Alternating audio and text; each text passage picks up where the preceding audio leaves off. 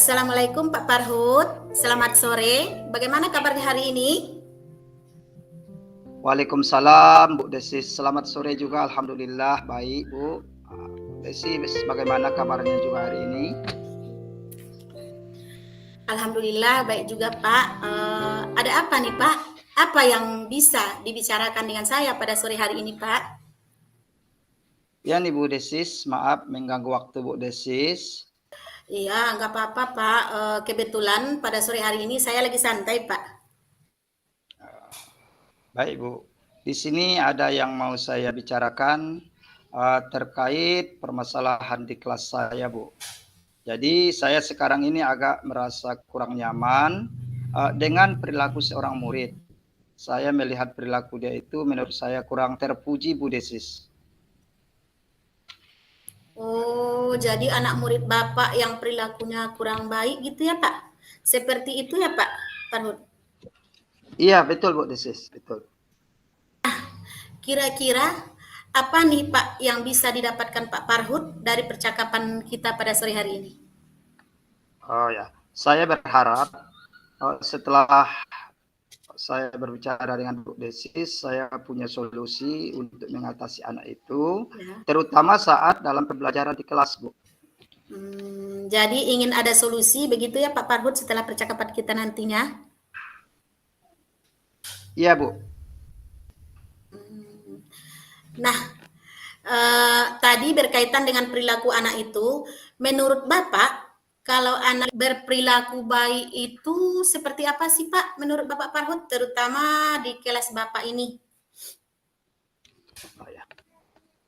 Kalau menurut saya, Bu Desis, ya, anak yang baik itu adalah selalu datang tepat waktu, berlaku sopan kepada saya, juga teman-temannya, kemudian juga mau merespon terhadap pembelajaran saya, tidak suka bolos, tidak mengajak teman-temannya bolos. Itu kalau menurut saya Bu Desis. Iya ya Pak, sepakat Pak. Kalau anak yang baik itu tentunya perilakunya juga baik ya tentunya ya Pak ya. Nah, kalau kenyataannya sekarang itu murid tersebut menurut Pak Farhud kalau kita nyatakan dalam angka atau kita rating nomor 1 sampai 10 itu anak itu sikapnya di angka berapa Pak? Kalau menurut saya anak itu berada di angka 5. Begitu Bu Desis. Kenapa saya memilih angka 5? Karena dia suka datang terlambat, suka bolos, ya kadang-kadang dalam sebulan bisa 2 sampai 3 kali bolos dan mengajak teman-temannya juga untuk membolos. Terus kalau dalam pembelajaran saya dia agak kurang sopan begitu anaknya, kurang respon lah begitu Bu Desis. Jadi posisi anak itu di angka 5 ya Pak. Karena sikapnya seperti itu ya Pak. Iya, betul-betul Bu Desis. Nah, kira-kira yang menyebabkan murid itu sampai seperti itu menurut Pak Farhud bagaimana? Kenapa anak itu menyebabkan kenapa murid itu sampai seperti itu? Bagaimana menurut Bapak? Ya. Kemungkinan besar dia berperilaku seperti itu semaunya, menurut saya itu mungkin karena merasa kalau dia itu anak guru. Nah, gitu. Jadi apapun perbuatan yang dia lakukan, walaupun salah, dia tidak mau disalahkan. Dibela orang tuanya. karena kan orang tuanya juga di sekolah itu selaku guru Bu Desis. Teman saya juga. Jadi penyebabnya itu ya dia itu punya pembela lah, itulah istilahnya ya Pak ya. Ya betul Bu Desis. Harusnya kan bukan seperti itu kalau anaknya guru kan Bu Desis. Iya Pak, memang tidak seharusnya seperti itu ya Pak ya. Ada nggak ya upaya dari Bapak misalkan untuk mengatasi masalah yang terjadi pada anak ini? Pernah nggak Pak Parhut memanggilnya? Ada sih Bu, tapi gini ya, kalau upaya saya memanggil anaknya, kemudian saya dinasehati, itu saya belum ya Bu, belum sampai ke situ. Tetapi saya sudah berupaya membicarakan perilaku anak ini kepada kepala sekolah. Jadi upaya saya jauh ini baru sampai berbicara dengan kepala sekolah saja Bu. Saya belum ada panggilan Bu. Oh ya itu. Ya, itu merupakan suatu upaya Pak. Cuma tadi kata Bapak kan baru sampai pembicaraannya dengan kepala sekolah ya Pak. Kenapa belum Iya, sampai memanggilnya Pak Parhut? Apa ada hambatan yang dirasakan Bapak sampai belum memanggil anak itu? iya sih Bu. Jadi karena dia itu anak guru gitu ya. Jadi saya juga merasa sungkan, tidak enak dengan ibunya karena saya khawatir ibunya itu tidak merespon positif ketika saya memanggil anaknya begitu Bu. Jadi saya khawatir nanti kalau akan timbul konflik baru. uh, jadi saya masih berpikir-pikir begitu Bu. Oh, jadi Pak Parhut sungkan, takut terjadi konflik baru seperti itu ya Pak? Iya. Ya, begitu Bu. Jadi niat saya ingin mengubah perilaku anaknya. Jika respon ibunya kurang baik, kan itu akan menjadi masalah baru gitu Bu. Begini Pak, apa ada cara lain nggak ya yang mungkin bisa mempertemukan Pak Parhut dengan anak tersebut, bicara langsung atau mungkin ada cara lain dari Pak Parhut, bagaimana caranya lainnya mungkin gitu? Ya Bu, saya sempat berpikir sih Bu. Saya memang ingin memanggil anaknya itu, ingin melakukan pembinaan secara langsung. Tapi uh, uh, tadi karena saya juga sungkan dengan ibunya, jadi mungkin langkah awal yang harus saya lakukan adalah berbicara dulu dengan ibunya.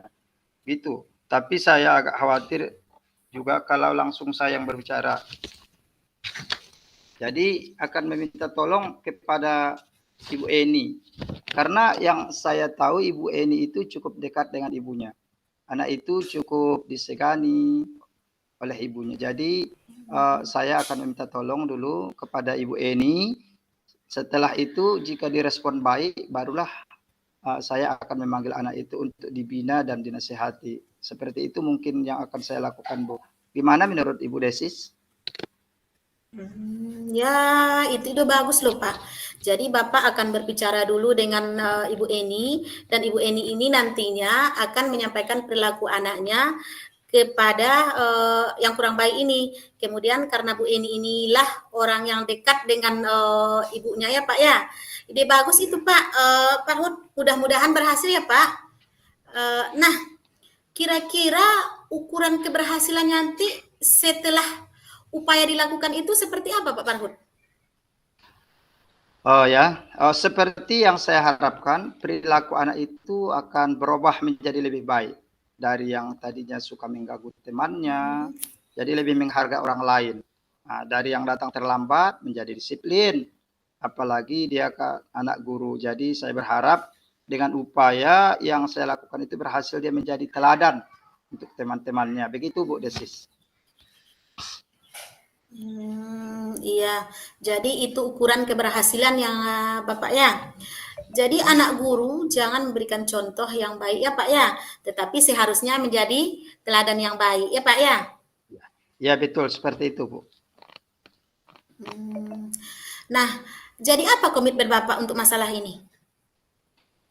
Saya mencoba solusi yang tadi yang saya buat itu saya pakai Bu, mencobanya segera mungkin Hari Sabtu mungkin akan saya coba. Solusi itu Bu akan saya bicarakan dengan Ibu Eni dan Ibu Eni membicarakannya dengan anak itu. Jika responnya baik maka baru saya akan panggil dan saya bina anak itu Bu. Oke, bagus itu Pak. Jadi saya simpulkan Pak Farhud bahwa siswa yang bermasalah tadi, apalagi anak guru, setelah kita berbicara, memanggil dan menemui rekan guru lain yang merupakan teman dekat dari ibunya anak tersebut, ya Pak ya. Jadi bagaimana ini perasaan Bapak setelah kita berbicara pada sore hari ini? Ya, saya lega Bu Desis. Tadinya saya terpikir jalan seperti itu Bu. Jadi setelah berbicara dengan Bu Desis, rasanya saya sudah dapat pencerahan. Begitu Bu Desis. Alhamdulillah Pak. Jadi saya tunggu kabar baiknya ya Pak ya. Semoga lancar dan berhasil Pak. Alhamdulillah ya Bu Desis. Nanti saya kabari lagi Bu. Amin ya Rabbal Alamin. Apa ada yang lain lagi yang ingin dibicarakan Pak? Sementara cukup dulu Bu Desis. Terima kasih atas waktunya yang telah disita waktunya di sore hari ini. Ya, sama-sama Pak. Assalamualaikum Bu Desis. Waalaikumsalam. Begini Pak Farhud, bagaimana perasaan Bapak setelah saya coaching gitu, setelah di coaching tadi? Oh ya, perasaan saya ketika tadi sebelum tampil agak deg-degan karena baru sampai, tapi setelah kita berdialog, insya Allah bisa dengan berjalan dengan baik. Nah, berarti saya sudah senang dengan yang kita lakukan tadi. Betul Pak ya. Begini Pak, apakah pertanyaan coach kepada coach atau kepada Bapak tadi, apakah ada rasanya yang ingin diperbaiki seperti itu? Ya, yang ingin kita perbaiki